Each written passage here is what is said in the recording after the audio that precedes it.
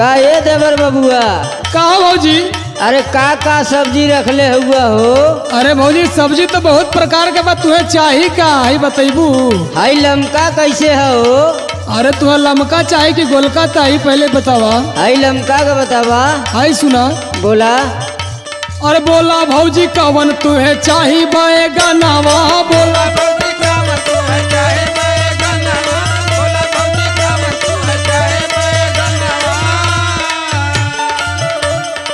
लमका लेबू की गोलका तबे बताइब दामावा। लमका लेबू की गोलका तबे बताइब दामावा। बोला भौजी कवन तुहे चाही बैगनवा।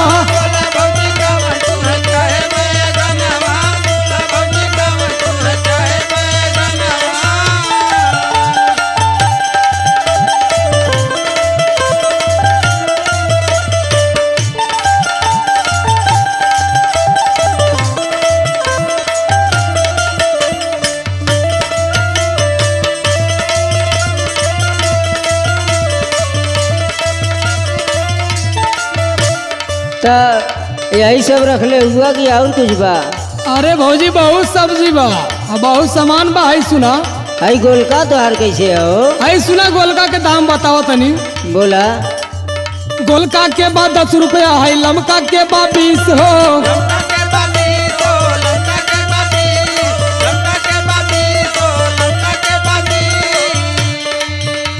और सुना तो भौजी। हाँ। और कहीं दोनों चाहिए तो ओकर का कीमत चुकावे के परेशान करू ना। का चुकाए के होई हो? हाय सुना। बोला। हाँ दोनों अगर चाहिए तो देवे के परी 20 हो।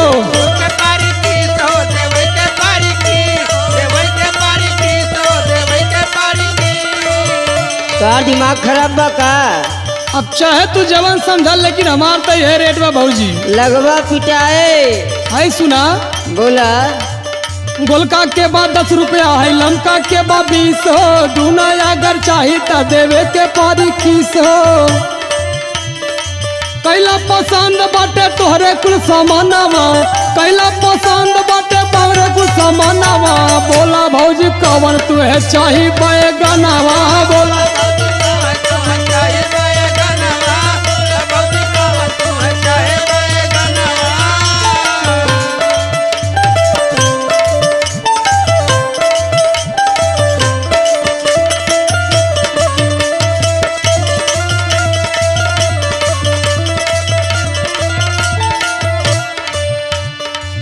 तू ढंग से सब्जी का रेट ना बतावा, तू मजाक कर ले हुआ? मजाक नहीं करत बड़ी भौजी, बहुत बढ़िया कहले कि तू हमारे दुकान पे आइल बाड़ू, ठीक ना? हाँ तो यही बोला के अंडक बंड दाम बताइबा। हाँ तो हाई अंड बन दाम ना बताओ तनी भौजी। सुना। बोला। राजू परदेसी के दुकानिया पे आइलू।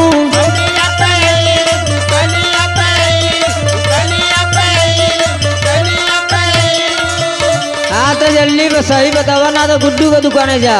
अरे नहीं नहीं भौजी तुम्हें कहीं जाए की जरूरत नहीं के। हाँ तो बोला सही। सीता भौजी बहुत बढ़िया काम तू कैलू।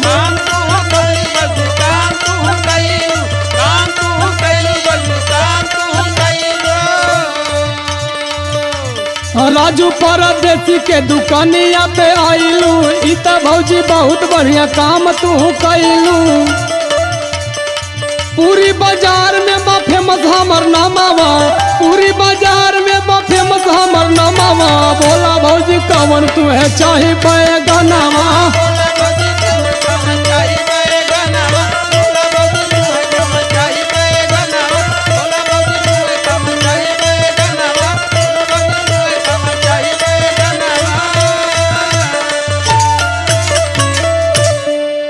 हाँ तो दोनों दे दे आधा आधा किलो। ठीक बा भौजी।